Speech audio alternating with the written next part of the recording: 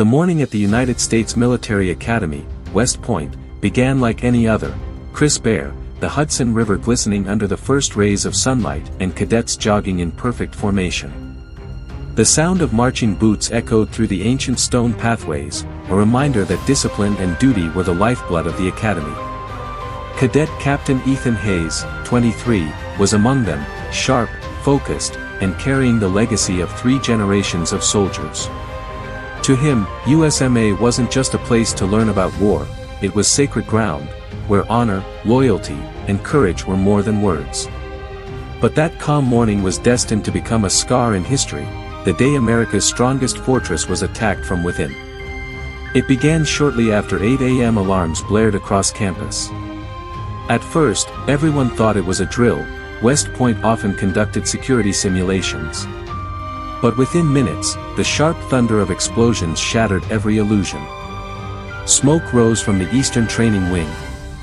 Cadets scattered, some rushing toward safety, others toward the chaos, instinctively ready to protect. Ethan froze for a second, not from fear, but disbelief. An attack? Here. At West Point. His mind couldn't accept it. Yet the smell of burning metal and the cries of wounded cadets made the truth impossible to deny. The academy was under attack. Unknown drones, modified for high-speed precision strikes, had breached restricted airspace. Someone had hacked the defense network, disabling early warning systems. Whoever planned this knew West Point better than anyone, they had inside information. Ethan quickly took charge of a small group of cadets. "We're soldiers even before graduation," he reminded them. "Our oath doesn't start after the ceremony, it starts now." His words steadied their trembling hands and wild hearts. As they moved through the smoke-filled corridors, they found injured instructors, shattered glass, and the remains of their classrooms. The Sacred Hall of Honor, a place filled with portraits of heroes, was half in ruins. The attack wasn't random, it was symbolic. Someone wanted to break America's pride, not just its walls. Outside, chaos reigned. Military police and local responders struggled to regain control. Communication lines were jammed. No one could contact Washington or the Pentagon. The entire base felt cut off, like an island of confusion. Then came the chilling voice over the Academy's internal radio system: "This is only the beginning. The empire of arrogance ends today." The hacker's accent was unrecognizable, distorted. It sent a wave of anger through every cadet. Ethan's unit discovered a damaged control room, where the cyber attack had originated. Among the smoke and flickering monitors lay a wounded officer. With his last breath, he handed Ethan a flash drive. "Protect this, it's the countercode. Don't let them erase our defense system." Without hesitation, Ethan took command. "We need to reach the central server," he said.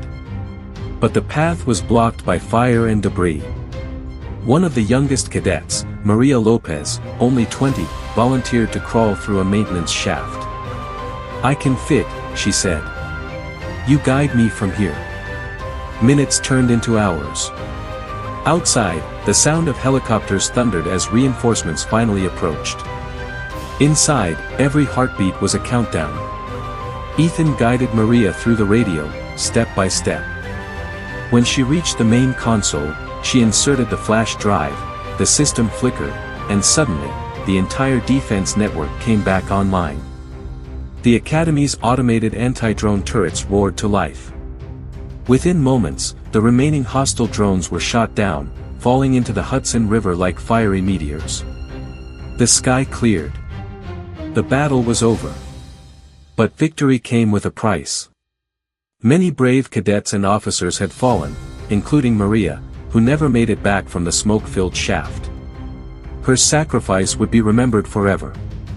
As medics rushed in and sirens wailed across the campus, Ethan stood still, covered in dust and ash, staring at the American flag still waving proudly above the ruins. In that moment, he realized something profound: America's strength was never just in weapons or walls, but in the hearts of those willing to defend it. Days later, the president visited West Point. He stood before the surviving cadets and said, "They tried to attack the foundation of our freedom, but instead they awakened it. The United States Military Academy will rise stronger, because courage cannot be destroyed by fear." Ethan, standing at attention with a wounded arm, felt tears sting his eyes. He looked at Maria's engraved name on a temporary memorial stone. She had dreamed of serving her country. She did, more than anyone could. As the sun set over the Hudson that evening, the Academy's bell rang once more, not for mourning, but for rebirth. Cadets resumed their drills, the rhythm of their boots echoing through the rebuilt courtyard. Each step carried the memory of the day courage defeated chaos. The world would remember that day as the USMA Attack in America. But those who lived it would remember something greater, the unbreakable spirit of the few who stood when everything around them fell.